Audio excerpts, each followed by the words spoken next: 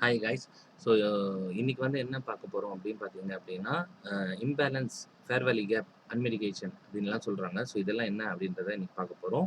So இது மூணுமே ஒன்று தான். ஸோ வந்து நேம்ஸ் வந்து வேறு வேறு மாதிரி சொல்கிறாங்க. ஓகேங்களா? ஸோ இம்பேலன்ஸ் அப்படின்றது என்ன அப்படின்றத நம்ம பார்ப்போம். சரிங்களா? ஸோ வந்து ஒரு ஒரு சார்ட்டில் வந்து ஒரு கேண்டில், அதாவது நீங்கள் ஏதோ ஒரு கேண்டில் எடுக்கிறீங்கன்னா அது first candle and second candle and third candle அப்படின்ற மாதிரி நீங்கள் எடுத்துட்டு ஃபஸ்ட்டு கேண்டிலோட லோவும் தேர்ட் கேண்டிலோட ஹையும் மீட் ஆகாம இருந்துச்சு அப்படின்னா அதுக்கு பேர் வந்து இம்பேலன்ஸ் அப்படின்னு சொல்றாங்க. ஃபேர் வேல்யூ கேப்னு சொல்றாங்க. சரிங்களா? ஸோ இந்த கேப்பை தான் வந்து இம்பேலன்ஸ் அப்படின்னு சொல்றாங்க. ஃபார் அன் எக்ஸாம்பிள், அப் ட்ரெண்ட்ல மார்க்கெட் வந்து இங்க ஹை வச்சிருக்கு. ரெண்டாவது கேண்டில், மூணாவது கேண்டிலோட லோ இந்த கேண்டிலோட ஹையை வந்து மீட் பண்ணல.